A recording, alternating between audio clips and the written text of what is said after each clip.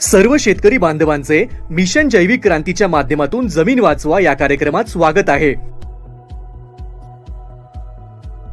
अरे श्याम, कसा आहेस मित्रा?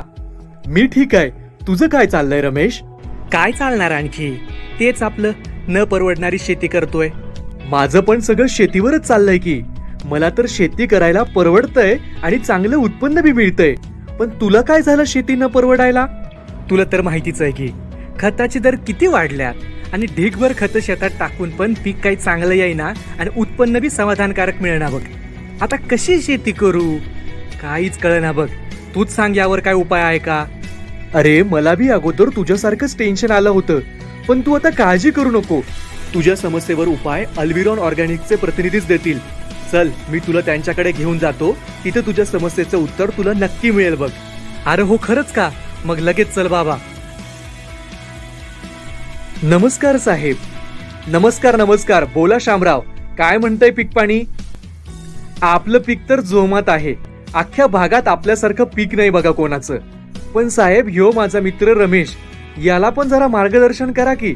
शेती परवडेना झाली असं म्हणतोय. लईच टेन्शन घेतलंय यानं. जरा काहीतरी सांगा याला. बोला रमेश दादा, आम्ही तुम्हाला काय मदत करू?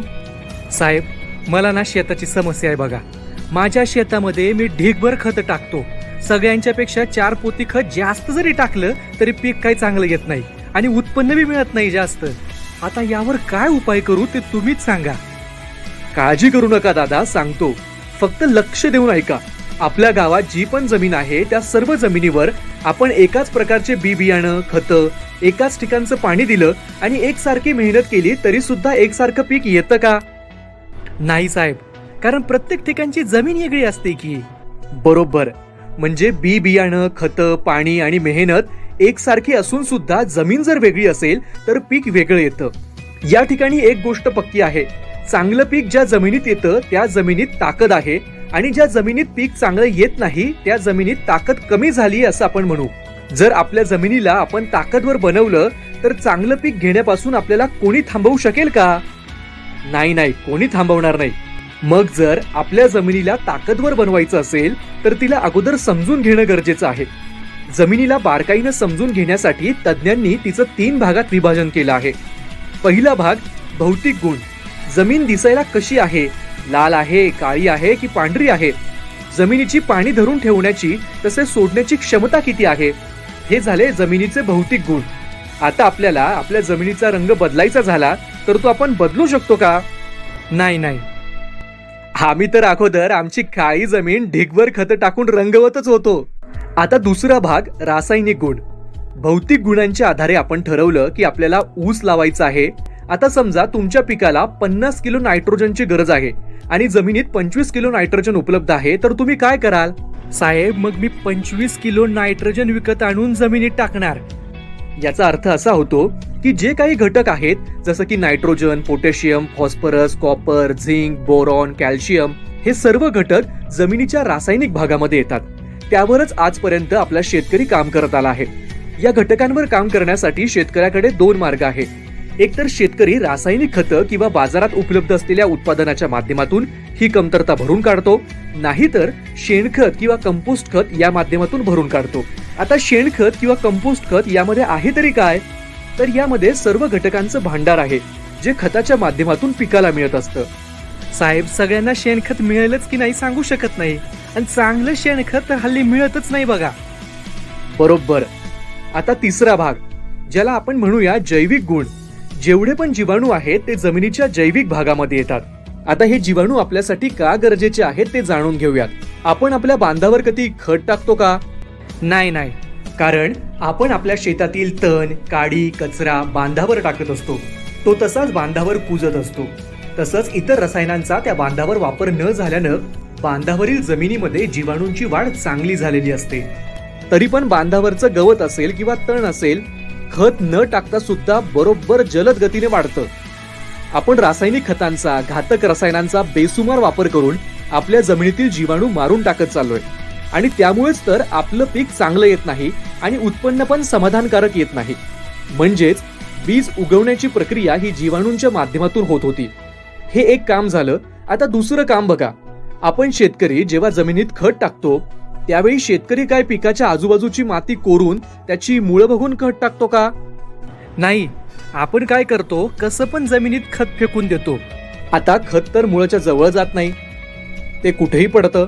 तरी पण 2 दिवसानंतर जर आपण पाहिलं तर पिकामध्ये बदल झालेला दिसून येतो. याचा अर्थ ते टाकलेलं खत पिकाला लागू पडतं.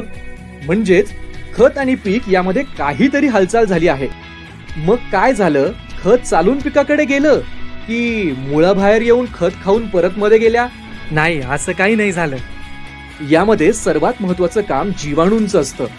मला सांगा, जे खत आपण टाकतो ते खत पीक एकाच वेळेला घेत असेल का? नाही. मग आपण जे खत पिकासाठी देतो ते खत जमिनीमध्ये पिकामार्फत साठवून ठेवलं जात असेल का? नाही. जीवाणू काय करतात? आपण बाजरी, ज्वारी, गहू आहे त्या स्वरूपात कधी खातो का? नाही साहेब, आपण गिरणीमध्ये जाऊन त्याचं पीठ करून घेतो आणि मग त्याची भाकरी, चपाती बनवून खातो. म्हणजे आपण धान्याचं स्वरूप बदलतो. आपण शेतकरी जी खतं टाकतो त्यांना साठवून ठेवून पिकांना जशी गरज असेल त्यानुसार ती खतं पोचवण्याचं काम जीवाणू करतात. त्याचप्रमाणे फॉस्फरस, सिलिकॉन यासारखी जे घटक आहेत ते त्या स्वरूपात पीक कधीच घेत नाही. त्यांना दुसऱ्या स्वरूपात बदलण्याची गरज असते आणि हे काम जीवाणूंच्याच माध्यमातून होतं. आता कार्बन आणि नायट्रोजनच्या संबंधांबाबत तुम्हाला गंमत सांगतो. तर बघा, पिकाला सगळ्यात जास्त प्रमाणात जे घटक लागतात त्यात नायट्रोजन आहे. जमिनीत जितक्या जास्त प्रमाणात नायट्रोजनची आवश्यकता असेल तितकं नायट्रोजन पिकांना वातावरणातून आणि जमिनीतून चांगल्या प्रकारे उपलब्ध होत असतं. पण जमिनीतील कार्बनचं प्रमाण कमीत कमी 1 ते 1.5% असणं आवश्यक आहे. तसंच पिकं आणि माती परीक्षणानुसारही त्याची आवश्यक मात्रा ठरवता येते. आता शेतकरी काय करतो? नायट्रोजन टाकून सुद्धा नायट्रोजनची कमतरता दिसून आल्यानंतर पुन्हा नायट्रोजनच आणून शेतात टाकतो. खरं तर शेतात कार्बनच्या कमतरतेमुळे नायट्रोजनची कमतरता आली आहे. पण कार्बनची कमतरता असेल तर तो बाजारातून विकत आणू शकत नाही. कार्बन जमिनीत उपलब्ध करण्याचा मार्ग आहे शेणखत किंवा कंपोस्ट खत. आता हे शेणखत किंवा कंपोस्ट खत आहे काय? हे मोठ्या पातळीवरचं तत्वांचं विघटन आहे.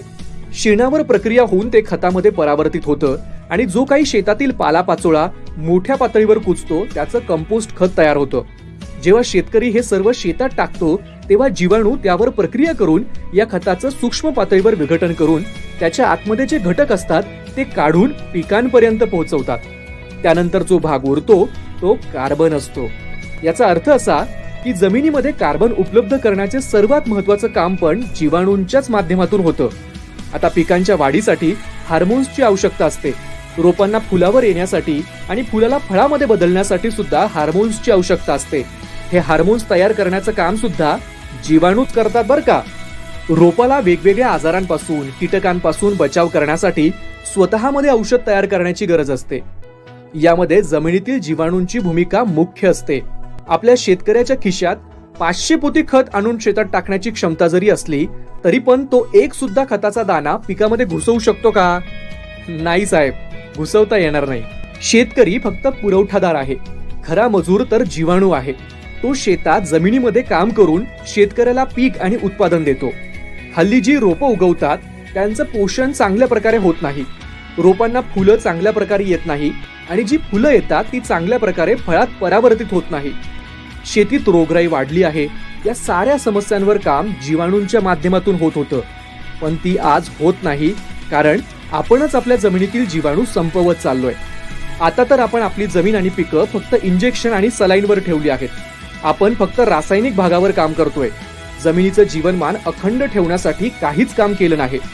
शेतीचा खरा मजूर आहे जीवाणू आणि आपण जीवाणूंची संख्या वाढवण्याऐवजी, त्यांची ताकद वाढवण्याऐवजी कच्चा माल म्हणजे रासायनिक खतं वाढवतो आहोत. यानं आपल्या शेताचं उत्पादन वाढेल का? नाही. तर आमच्या अल्विरॉन ऑर्गॅनिक्स कंपनीनं काय केलं आहे बघा. तर आता ही एक गोष्ट पक्की आहे की एकच जीवाणू सगळी काम तर करत नाही. वेगवेगळ्या कामांसाठी वेगवेगळे जीवाणू आहेत. तर कंपनीनं काय केलं, जमिनीचा फायदा करणारे जेवढे पण जीवाणू असतील ते सर्व जीवाणू शोधून काढले आणि त्या सर्व जीवाणूंची संख्या जमिनीत कशी वाढवता येईल, तसंच त्यांना काम करण्यासाठीचं वातावरण कसं तयार करता येईल, जर्मन टेक्नॉलॉजीच्या सहाय्यानं यावर प्रयोग करून, संशोधन करून मातीच्या सर्वांगीण विकासासाठी उपाय शोधले आणि यावर वेगवेगळे प्रॉडक्ट्स बनवले. त्यामध्ये अल्ट्राकेन सॉइल, ऊसाकरता खास आळवणी स्पेशल, ऊसाच्या सर्वांगीण विकासासाठी आणि मातीतून अन्न घटकांची योग्य पूर्तता करण्यासाठी. सॉइल मेट, मातीतील पोषण द्रव्य आणि खतं अपटेक करून मातीची योग्य संरचना टिकवण्यासाठी. हेल्दी सॉइल, शार्पड जमीन व्यवस्थित करण्यासाठी. सॉइल कार्बो, जमिनीचा सेंद्रिय कर्ब वाढवण्याकरता.